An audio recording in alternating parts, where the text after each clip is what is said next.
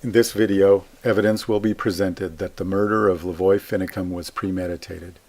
More specifically, it will be shown that an FBI agent fired a foam bullet, hitting LaVoy in the left side of his chest, where he often carried a gun, causing him to reach for the wound. The FBI agent fired this bullet for the purpose of making LaVoy reach in a way that would appear as if he was reaching for a gun, which would then justify the killing of LaVoy. The evidence will also show that these actions were premeditated and that they must have been planned by the FBI organizers of this operation. Red lines have been added to indicate shots fired. All shots were fired either by the FBI or the Oregon State Police. No shots were fired by LaVoy or the occupants of LaVoy's truck. The shot annotations were intended to be consistent with the Tri-County Major Incident Team analysis. However, one additional shot has been included that they did not reveal, and the evidence for this shot will be presented. Originally, LaVoy stopped when the FBI pulled him over. During this time, the FBI fired an unprovoked shot at Ryan Payne, who was in LaVoy's truck at the time. As a result of this shot, LaVoy decided to flee in his truck. What about Ammon and those guys? We can't get around him. I'm going to go get help. Okay. Stay down. I need a phone so I can call as soon as I get service. Keep watching the phone to see if you get any service. I don't have any. I can't even get Joe Rice. Coming up fast. Yeah, they are.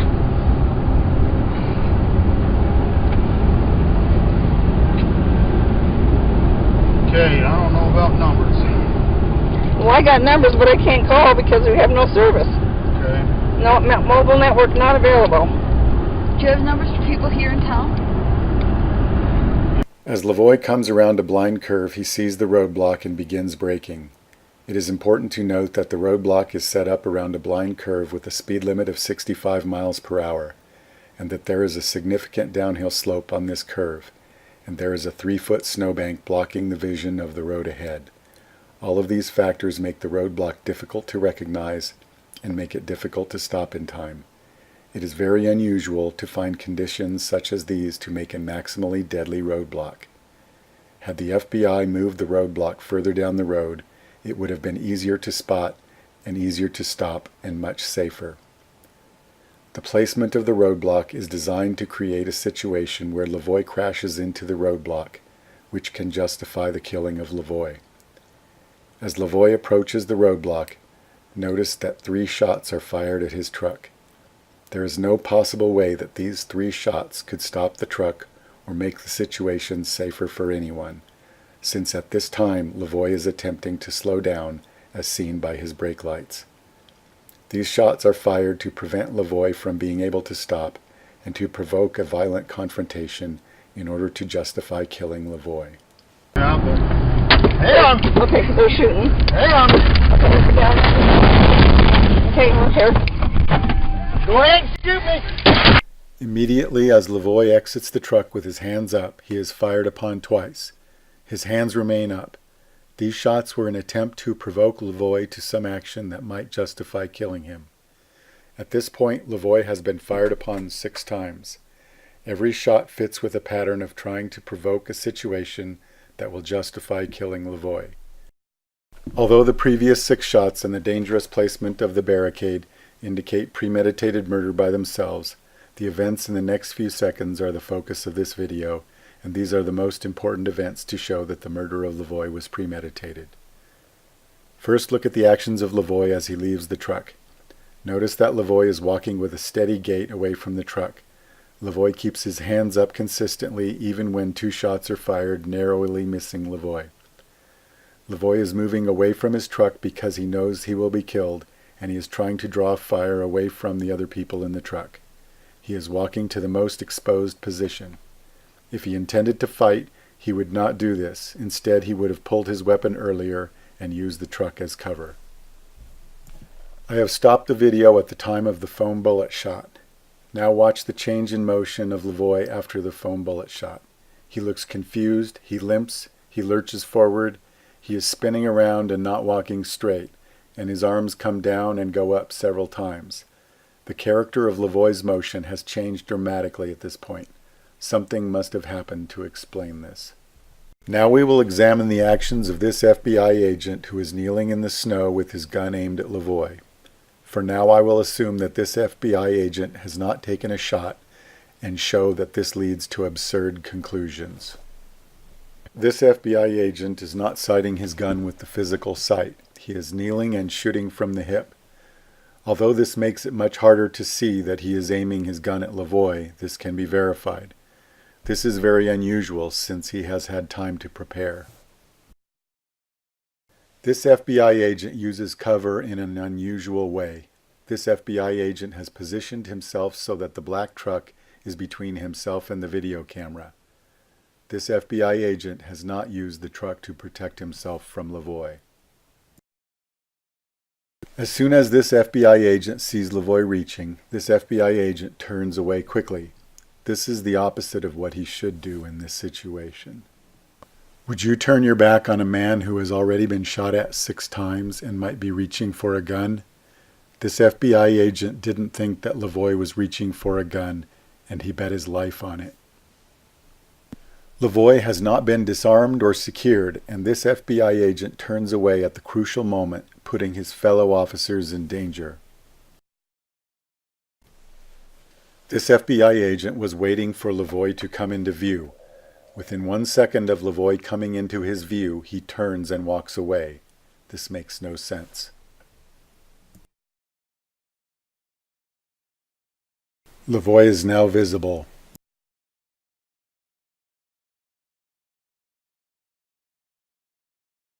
The FBI agent turns away.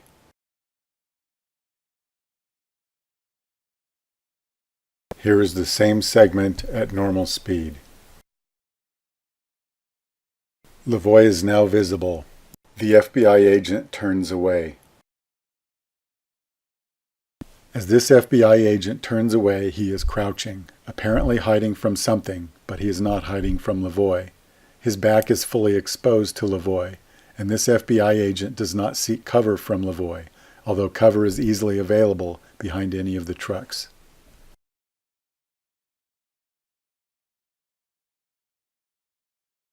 While LaVoy is being killed, this FBI agent crouches in front of the white FBI truck. He is still exposed to LaVoy, even though cover is only 1 step away.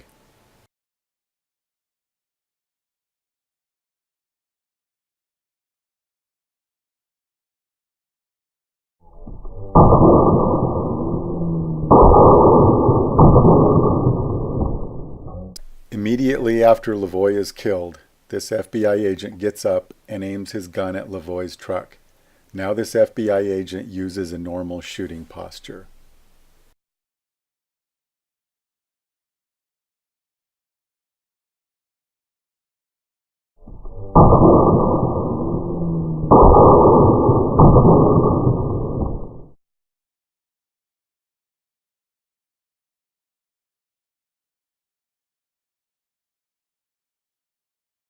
When it is assumed that LaVoy was reaching for a gun, the actions of this FBI agent appear to be insane. Nothing that he has done makes sense. A theory that interprets this FBI agent's actions as insane cannot be correct. We need to look for another explanation. If we assume different motives for this FBI agent, all of these events and more will be easily explained. This FBI agent is armed with foam bullets, and his job is to shoot LaVoy in the area where LaVoy carries a gun. The purpose is to get LaVoy to reach for the wound, which will appear on the video as reaching for a gun, and the FBI will be able to justify the killing of LaVoy. This FBI agent must get his shot quickly, and he must get away quickly without being noticed on the video. This FBI agent cannot allow this shot to be detected, because it would prove that the killing of LaVoy was intentional and premeditated. It is the intent from the beginning for the FBI to release the video as justification for the killing of LaVoy, and this FBI agent knows this. Although this theory is simple, it predicts that many unusual events will be found. The FBI agent should shoot early and run away. The FBI agent should be more afraid of the camera than of LaVoy. It predicts the location of a foam bullet injury on LaVoy to be near where he normally carries a gun. It even predicts what the FBI story will be. Because of the unusual nature of these predictions, if these things are found, it will be strong evidence for the theory. In addition, many events that up to now have had no explanation at all from any theory will be shown to have an explanation from this foam bullet theory. This FBI agent is hiding the fact that he is shooting. He is shooting from the hip, probably using a laser sight. This FBI agent is using the truck as cover to hide from the camera. He is not using the truck as cover from LaVoy. The fact that the truck fails to hide him from the camera is only due to the high angle of the camera at this instant, defeating his attempt to hide. This FBI agent shoots as soon as LaVoy is visible to him. He needs to get his shot as soon as possible.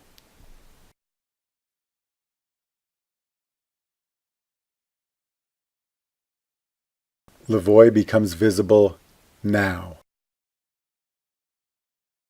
The FBI shoots now. The camera zoom is at the exact time when LaVoy comes into the view of the FBI agent.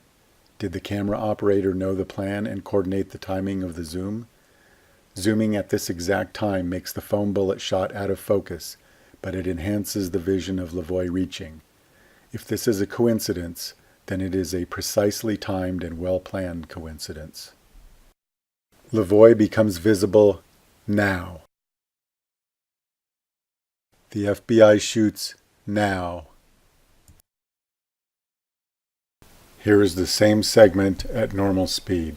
Trying to. Stay down, stay down, stay down.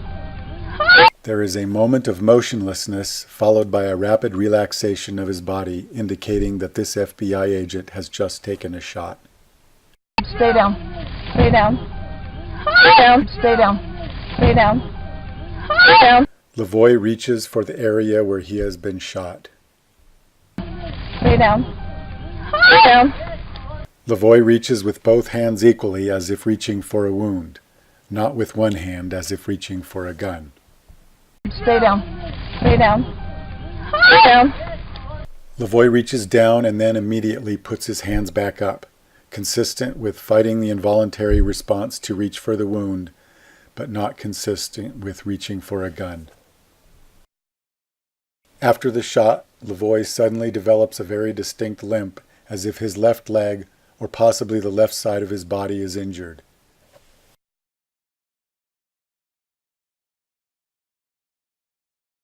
LaVoy is clearly injured, but not as severely as one would expect from a real bullet, possibly indicating that a foam bullet was used.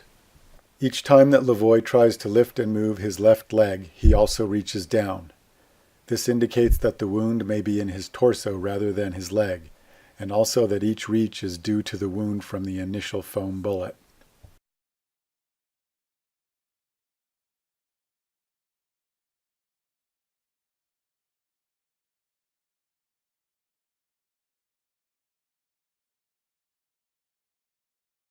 If the injury is near where LaVoy carries a gun, it would be in the rib cage on his left side. This would make it very hard to hold up his hands, especially when lifting and moving his left leg. This matches the motion that we see from LaVoy.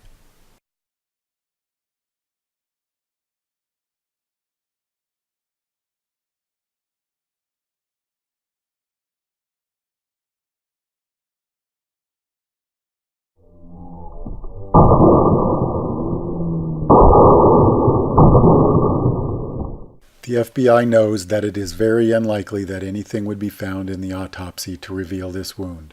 First of all, since LaVoy dies within seconds of this shot, bruising would not have time to form since his heart stops seconds later. Second, there is a lot of damage to the torso from real bullets, which could hide the superficial wound of a foam bullet. Now we will look at the autopsy report. This superficial abrasion is about the size of a bullet and is listed under number 2 gunshot wound of the neck and upper chest. The abrasion is near the gunshot exit, but it is not explained by the gunshot exit wound. This seems consistent with the type of injury expected from the foam bullet. The location of this wound also matches where LaVoy carries his gun. This diagram shows the approximate position of the gunshot exit wound, as well as the wound that I am interpreting as the foam bullet abrasion. The FBI special agent in charge for Oregon FBI will show us where LaVoy carries his gun. On multiple occasions, Mr. Finicum was observed wearing a shoulder holster on the left side where he carried a sidearm. The location and character of the wound in the autopsy and the location where LaVoy carries his gun are an exact match to the foam bullet theory. LaVoy's speech is disrupted during the shot. The shot occurs in the place that is labeled as inaudible in the audio transcript according to the Deschutes County Sheriff's Office, although they do not list a shot there. LaVoy's speech after the shot is not as clear as before the shot. Go ahead and shoot me. Damn! Trying to. Shoot me. Get on the ground. Stay down. Stay down. Stay down. Stay down. Stay down.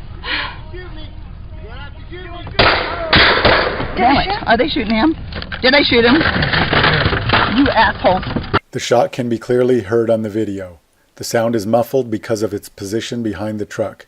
Because of this, the sound has no direct path to the truck cab where the sound is being recorded and is reflected off the trees and landscape. Stay down. Stay down. Stay down. Stay down. This is the officer's statements from the Major Incident Team report. Officer Force states that he can tell a less lethal shot by its sound. Here I will compare the sound of the foam bullet shot to LaVoy with the sound of shots using lethal bullets. Here is the foam bullet shot to LaVoy. Stay down. Here are several shots using lethal bullets.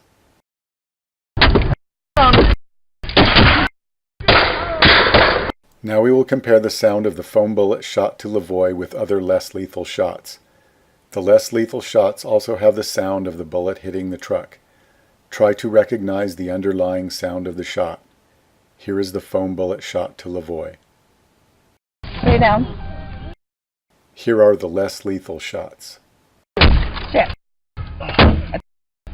Keep down. Up. Yes. That's ridiculous.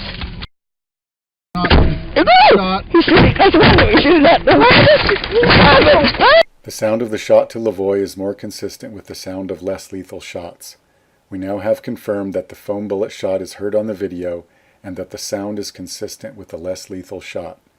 This is all completely consistent with the foam bullet theory. Victoria screams immediately after the shot. This indicates that Victoria saw LaVoy being shot. Before Victoria screams, Shauna says, "Stay down." After Victoria screams, Shauna again says, "Stay down." This indicates that Victoria was not staying down at this time and is further evidence that Victoria witnessed this shot. Stay down. Stay down. Stay down. Stay down. Victoria claims that she watched LaVoy get shot while walking with his hands in the air. She clearly describes the first shot as being separate from the three-shot sequence that killed LaVoy. Her description of this shot is consistent with the video and consistent with the foam bullet theory. They shot him like right there because he was just walking with his hands in the air, and I saw it. I swear to God, he was just walking with his hands in the air, and they shot him. And they shot him dead, and then after he was down on the ground, they shot him 3 more times. Are they shooting him? The FBI agent turns away immediately after the shot. Because of the rapidness of this action, he must have planned his exit before taking the shot. Stay down. Stay down. Stay down. Stay down. This FBI agent turns away as soon as LaVoy begins to reach. His mission has been accomplished. Now he needs to make his escape.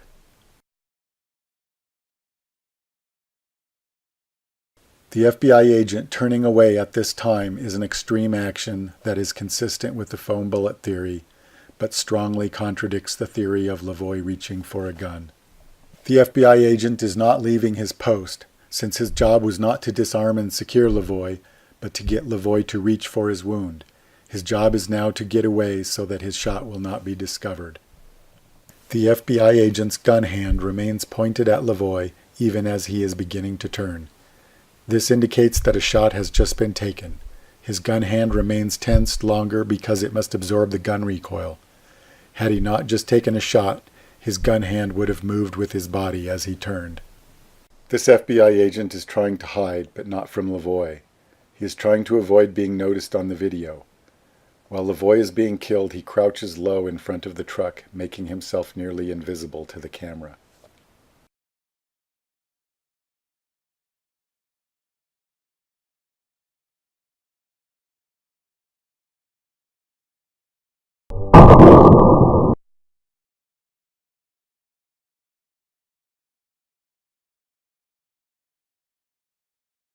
While LaVoy is being killed, this FBI agent is trying not to be seen. He wants the focus to be on the officers making the kill shot. Immediately after LaVoy has been shot, this FBI agent gets up out of hiding.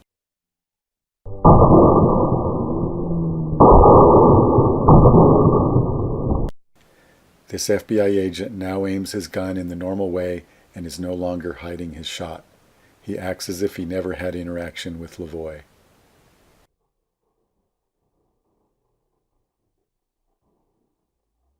After this FBI agent points his gun at LaVoy's white truck, less lethal rounds can be heard hitting the truck near where he is aiming.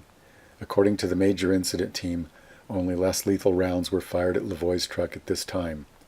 This is consistent with this FBI agent being armed with foam bullets.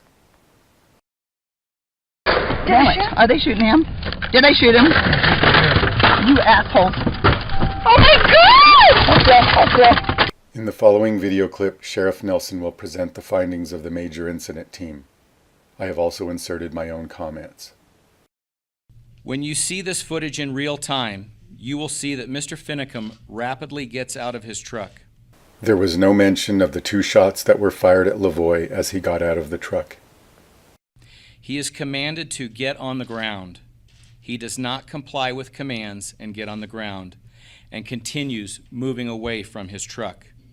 He is commanded a second time to get on the ground. Again, he does not comply and continues moving away.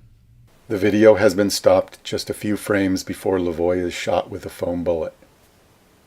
He reaches across his body with his right hand into his jacket towards the area.